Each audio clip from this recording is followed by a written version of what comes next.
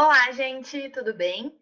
Meu nome é Martina, eu sou nutricionista formada pela PUC, trabalho na prática clínica, né, com comportamento alimentar, mudança de comportamento alimentar, enfim, e atualmente eu sou mestranda em psicologia clínica também na PUC, do Rio Grande do Sul.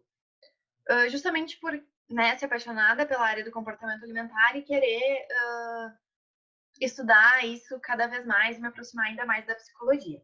Então, hoje eu vou estar conversando com vocês aqui sobre o Guia Alimentar para a População Brasileira e qual a relação dele com a saúde. Então, o que é o guia, quais recomendações que o Guia Alimentar traz, como ele pode nos ajudar a ser mais saudável, né?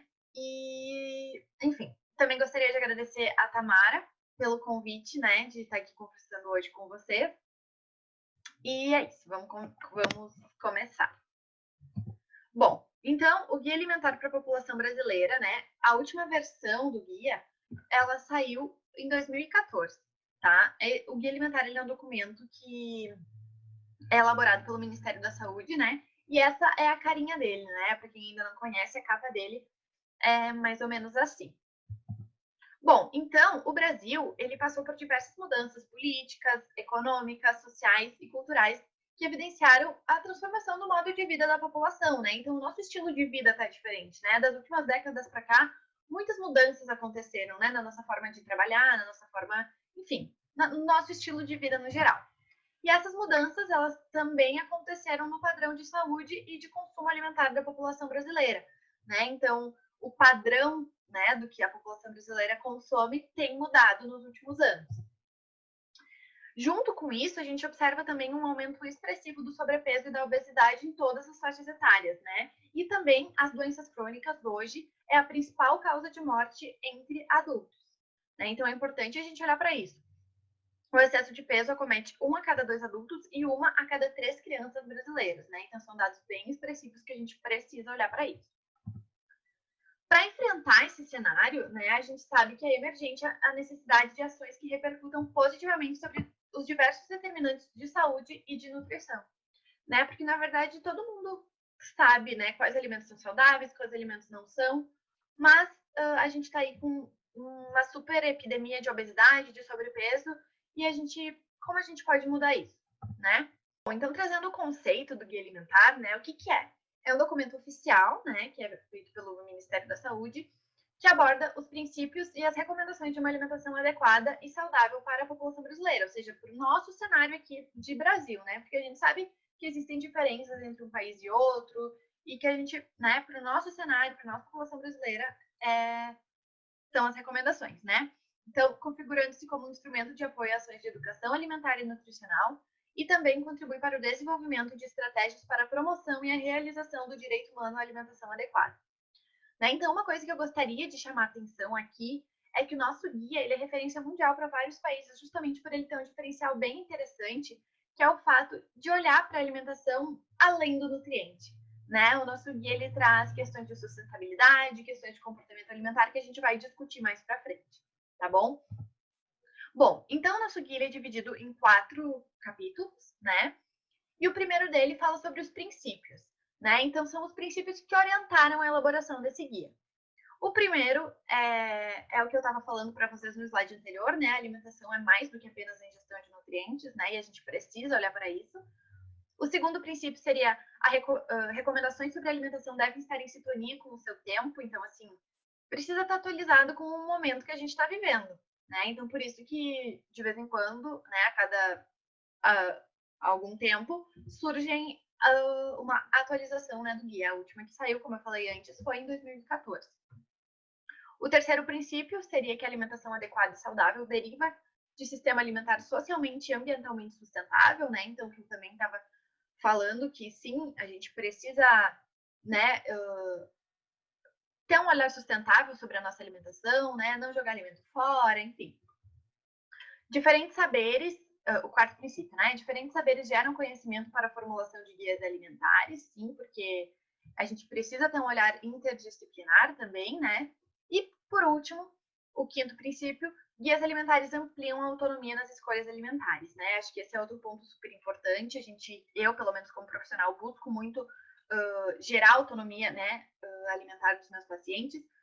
E o guia ele pode ser uma ferramenta para ajudar nesse processo de autonomia alimentar.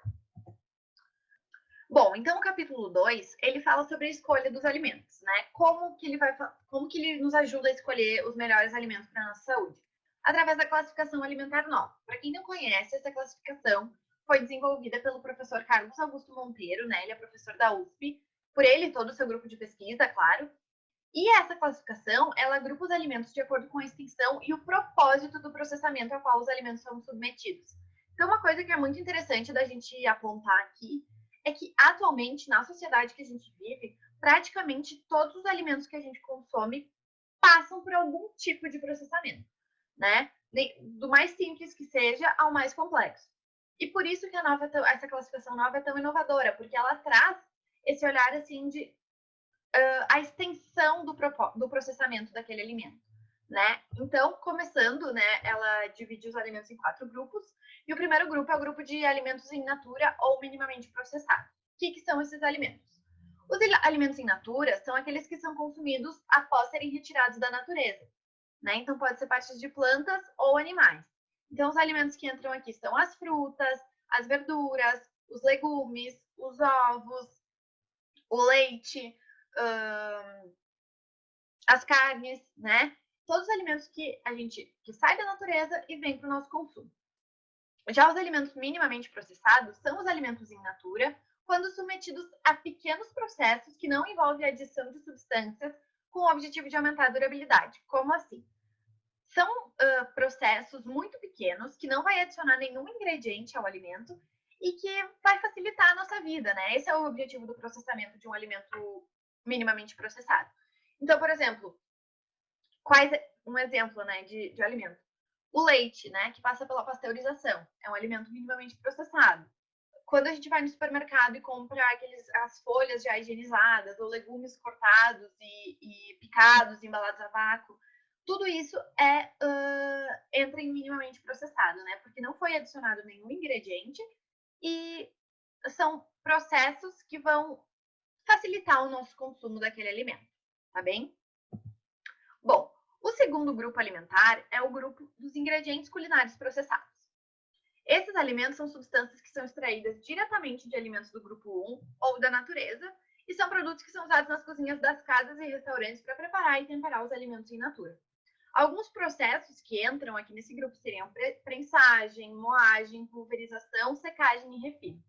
Então, se a gente for pensar, né, exemplos desses alimentos é o sal de cozinha, né, que vem da natureza, né, do mar, o açúcar, que vem da cana de açúcar, os óleos, os azeites, vinagre. Então, esses são os alimentos que a gente usa em pequenas quantidades, né, para temperar, dar sabor nos alimentos in natura. Bom, o grupo 3 é o grupo dos alimentos processados. Aqui são os alimentos com adição de sal, gordura ou açúcar. Geralmente, esses alimentos têm na sua composição 2 ou 3 ingredientes, e o objetivo do processamento nesse caso é aumentar a durabilidade ou modificar e melhorar as qualidades sensoriais daquele alimento. Né? Aqui os alimentos, né, desse grupo passam por métodos de preservação, cocção e fermentação. Bom, então exemplos, né? Se a gente for pensar, o alimento processado é um alimento in natura, né, grupo 1, mais um ingrediente culinário processado, grupo 2, que igual a um grupo 3, né, que é o alimento processado. Então aqui vai entrar os queijos, vai entrar os pães, vai entrar as conservas, né, frutas em calda, legumes em conserva. Quando a gente fala de bebida alcoólica, entra o vinho e a cerveja, né, que passa por processo de fermentação. Entra aqui nesse grupo, tá bem? E por último, a gente tem o grupo 4, que é os alimentos ultraprocessados. Aqui, esses alimentos eles são formulações industriais compostas por 5 ou mais ingredientes. Nesses alimentos tem o uso de aditivos com a função de simular ou ocultar qualidades sensoriais do produto final. São produtos prontos para comer, são hipercalóricos, ou seja, com muitas calorias, e hiperpalatáveis, ou seja, extremamente saborosos ao paladar. Eles têm uma embalagem atrativa, uma publicidade agressiva em cima desses produtos. Além disso, eles são baixo custo e longa vida de prateleira, ou seja, a validade desses alimentos é muito longa, né? Dura bastante tempo. Os processos que entram aqui nesse grupo são processos que são impossíveis de serem realizados numa cozinha doméstica, né? Então entra a hidrogenação, a hidrólise, extrusão, moldagem, moldagem e pré-processamento por fritura. Né? Então, se a gente vê, são nomes bem estranhos, que realmente é só a nível industrial. Então, os alimentos ultraprocessados são todos aqueles alimentos que a gente compra no supermercado, né?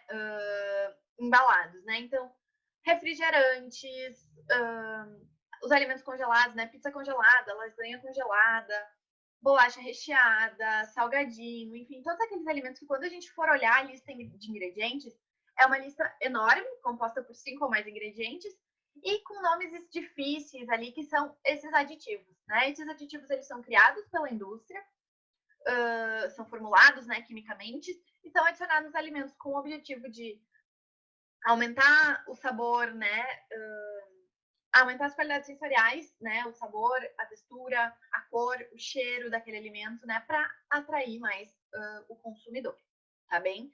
Esses alimentos, eles também têm, como eu falei, né, eles têm uma publicidade agressiva em cima desses alimentos, principalmente direcionada para as crianças, né, então a gente precisa ter esse cuidado. Bom, e aí o que ainda o capítulo 2 do guia traz? Ele traz 4 recomendações e uma regra de ouro. Então aqui já começam as recomendações. A primeira seria: faça dos alimentos em natura ou minimamente a base da sua alimentação, né? Recomendação 2. Utilize óleos, gorduras, sal e açúcar em pequenas quantidades ao temperar, cozinhar alimentos e criar preparações culinárias, né? Preparações culinárias são receitas, tá? 3.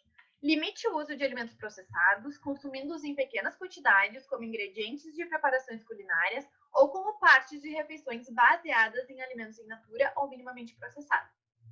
E 4. Evite alimentos ultraprocessados, né, o máximo possível. E, por fim, a regra de ouro. O que a regra de ouro diz? Prefira sempre alimentos em natura ou minimamente processados e preparações culinárias a alimentos ultraprocessados. Né? Então, essa acho que é a principal mensagem que o guia nos traz, preferir sempre os alimentos in natura ou minimamente processados, tá bem? Bom, entrando no capítulo 3, ele fala dos alimentos à refeição. Né? Então, o que ele traz? Ele traz como combinar os alimentos de formas de refeições, traz as informações sobre cada grupo de alimentos, ajuda, né, as pessoas como escolher os alimentos, como conservar os alimentos, como manipular os alimentos. Ele traz fotos também de refeições, então opções, né, do que comer no café da manhã, do que comer no lanche, do que comer no almoço, né, opções saudáveis baseadas em alimentos in natura, que seriam opções boas para as nossas refeições. Né? Então, acho que é super importante esse capítulo também, né?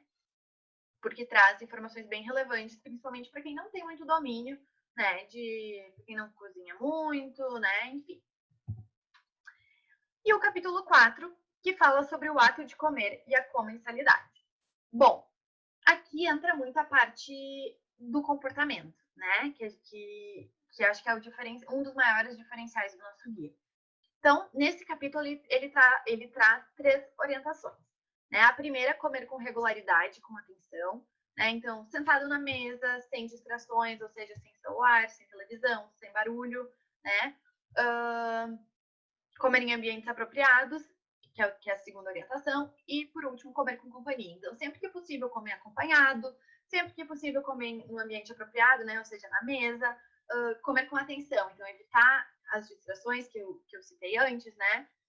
Para ter um momento com o alimento, né? Porque hoje, com o estilo de vida agitado que a gente vive, a gente acaba não dando a alimentação o espaço que ela merece na nossa vida, né? E é super importante a gente, para ter uma relação saudável com a alimentação, né? Para ser saudável, para ter uma alimentação saudável, a gente precisa se conectar com os alimentos, né? E como a gente come faz parte desse processo e é super importante. Assim como cozinhar, né? Então, por isso que é importante a gente olhar para essas questões, tá bem?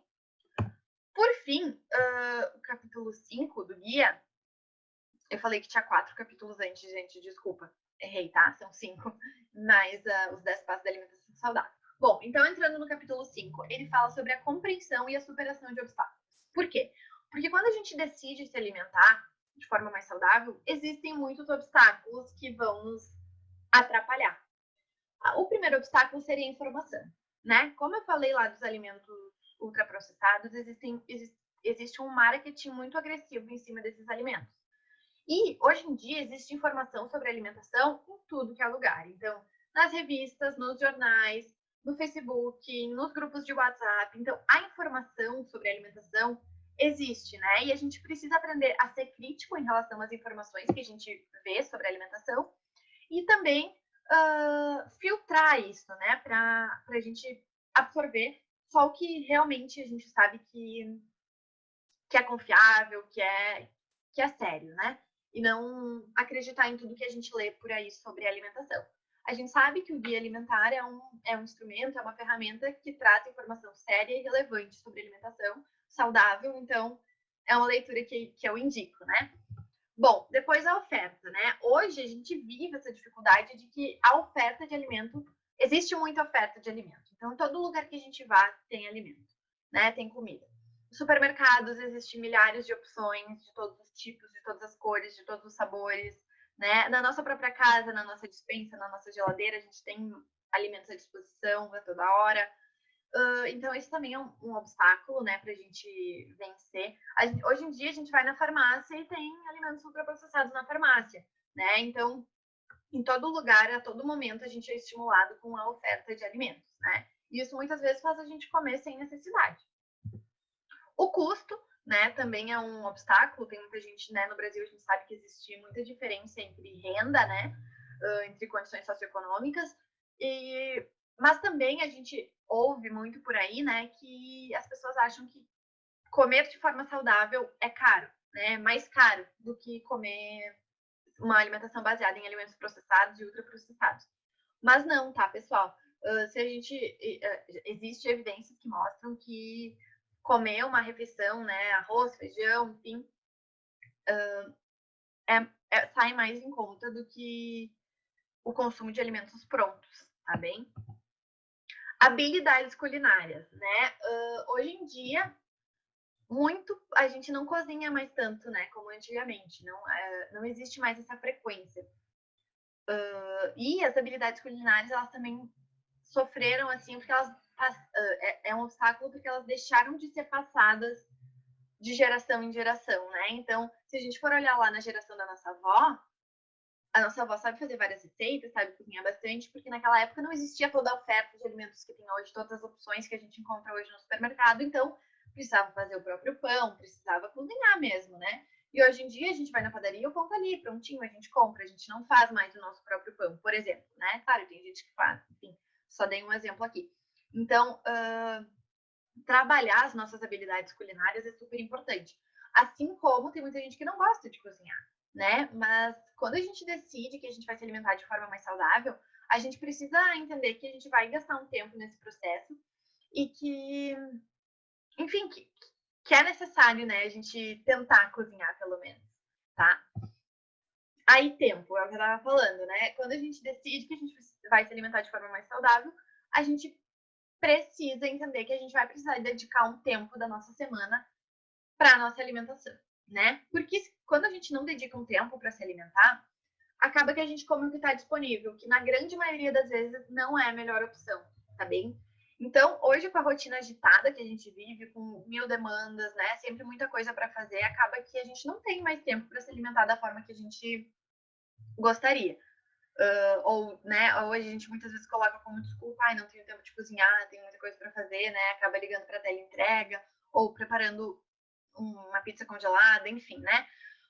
Mas a chave aqui, né, a sugestão que eu dou é organização, né? Quando a gente se organiza, a gente consegue tirar um tempinho para organizar a nossa alimentação e ter sempre alguma coisa saudável disponível, tá bem? E por último, né, o último obstáculo seria a publicidade, que existe hoje uma publicidade muito agressiva em cima desses alimentos ultraprocessados, como eu falei, principalmente direcionado para crianças, né? Então aí de novo volta a minha recomendação de ser crítico quanto às informações, né, que a gente vê nas propagandas, enfim, tá? Ser crítico e saber filtrar as informações. Bom, por último, o guia ele finaliza trazendo os 10 passos para uma alimentação saudável e adequada, né? Então, seriam 10 passos para ter uma alimentação saudável, tá? Passo número 1. Aqui é como se fosse um resumo de todo o guia, né? Tudo que o guia vai trazendo ao longo dos capítulos, aqui é como se fosse um grande resumo, tá? Esses 10 passos. Então, o passo número 1, fazer de alimentos in natura ou minimamente processados à base da alimentação. Passo número 2, utilizar óleos, gorduras, sal e açúcar em pequenas quantidades ao temperar e cozinhar alimentos e criar preparações culinárias. Passo 3, limitar o consumo de alimentos processados. Passo 4, evitar o consumo de alimentos ultraprocessados. Passo 5, comer com regularidade e atenção em ambientes apropriados, sempre que possível em companhia. Passo 6, fazer compras em locais que ofertem variedades de alimentos in natura e minimamente processados. 7, desenvolver, exercitar e partilhar de habilidades culinárias. 8, planejar o uso do tempo para dar à alimentação o espaço que ela merece. 9, dar preferência, quando fora de casa, a locais que servem refeições feitas na hora. E 10, ser crítico quanto a informações, orientações e mensagens sobre alimentação veiculadas em propagandas comerciais. Né? Então, assim, é um resumão de tudo que o guia ele traz, né? Claro que é importante a leitura de todo o guia, mas se a gente for ver, assim, esses 10 passos traz um grande resumo de tudo, das principais recomendações do guia, tá bem? Bom, mas e como será que as recomendações do guia podem contribuir de forma positiva para a nossa saúde? Né? Então, eu trouxe alguns estudos agora que a gente vai dar uma olhadinha, que mostram um pouco, né, de como que, seguindo as recomendações do guia, a gente pode ser mais saudável, tá? Bom, então o primeiro estudo que eu trouxe é esse aqui, tá? É uma revisão sistemática. O que é isso?